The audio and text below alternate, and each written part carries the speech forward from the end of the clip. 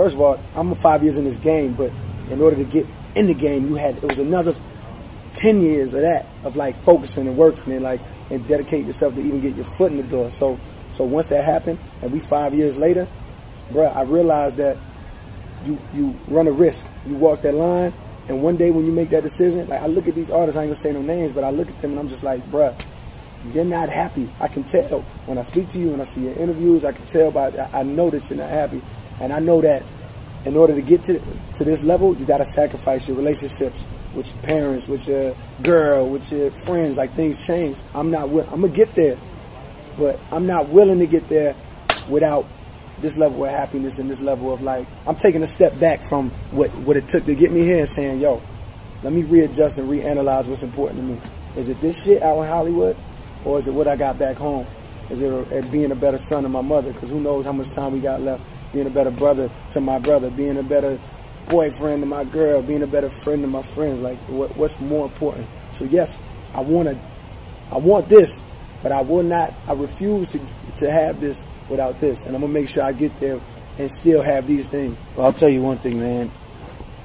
I'm not a yes man, I'm not a dick rider. I've never met an artist who talks like this and worries about those concerns. Bruh, this is why, and this is another reason for doing it. Yeah, I'm telling my story, and it connects with you and it resonates with you because you already been through it. Because it's people that sit at home, because I was one of them. I know what it's like to be on this side of the fence and just be a regular nigga at home watching these niggas on TV and be like, oh, it must be great. And I know what it's like to be over here and to actually be in it and to see these niggas.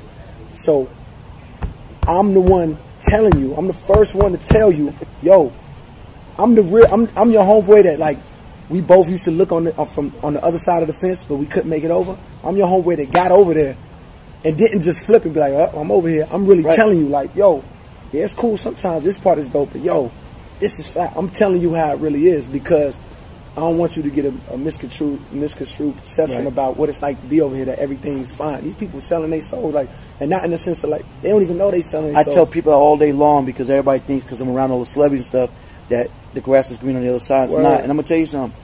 Most people selling their souls, and I will never sell my soul and my integrity to be someone I'm not. As long as you know me, I'm going to be the same. Life is short. You got to make the best of it, and you got to be happy. And I got one more last question, man. You got a background full of diversity and travel, right? Which I had. And we live out of hotels, and we live off of planes and tour buses. I was in London with you. I've been on many tours with you. How does that affect you as an artist and as a person? Because it affected me so crazy that this is not normal. Like going to Hawaii with an artist, going to Beirut with an artist, but if you go on your own, it's not like that. How did all this affect you, traveling and just all this affect you as a human being? Man, I got nothing but positives from it. Like, it wasn't a negative. Like, man, I got to see the world and see things I never thought I'd be in Beirut, Johannesburg, South Africa. These are places that Sydney, Australia, Melbourne, Australia, like places that I didn't even know where they was at on the map, you know, in terms of like, I told my mom I was going to Beirut one day.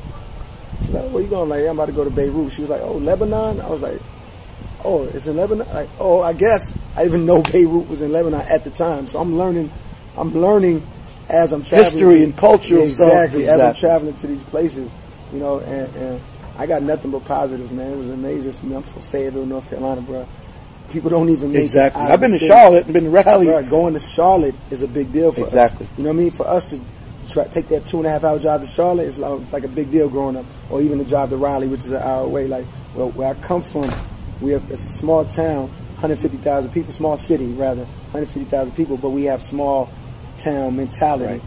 You know when I travel the world, I tell people that I try the food, I want to sightsee, I don't want to sit in a hotel, and I try to push my artists to go out there and move around. That's how you gotta do it. That's the right way to do it, man. You know, like I said, bro, I'm proud of you. Thank you, man. Every time we connect, we just have real conversations. Word up. Deep conversations. So I want to salute you. Well, thank you, man. For being the fucking man that you are, that you're saying real shit. And that's why you met Pac. You're the new Pac. You're the young Pac. You're the J. Cole. You're J. Cole. Word. Not the next person. You're J. Cole. Thank you, man. Who's a real person with a big heart, who's an MC and spits knowledge, bro. Word up. So I salute you, man. Thank I'm you, not man. sucking dick. I'm not kissing ass. Nah, I'm saluting you, bro. Thank you, man. And if you never saw me again, I will always say that man is a real motherfucker. Right. And it goes both ways, for real. I appreciate that, man. Thank you, man. So you know the saying, we working. We working, man. We You working, see it? man. What up, y'all? Cold World, J. Cole, man. We out in LA, Hollywood, live with Steve LaBelle. That's my man. Niggas try to crucify me. We ain't never gonna stop. We come from the motherfucking dirt. You can't bury me, nigga. Remember niggas try to bury me. Kept it real and then they mad at me. Thought the means would embarrass me, but I didn't really been through tragedy. Middle of the jungle where the killers rumble, all the chopper up with action. Not the power of this battery. Make his mama feel the agony. When it's beef, who gon' really ride? Play it neutral, niggas switching sides. Niggas worse than any hoe bitches. They don't really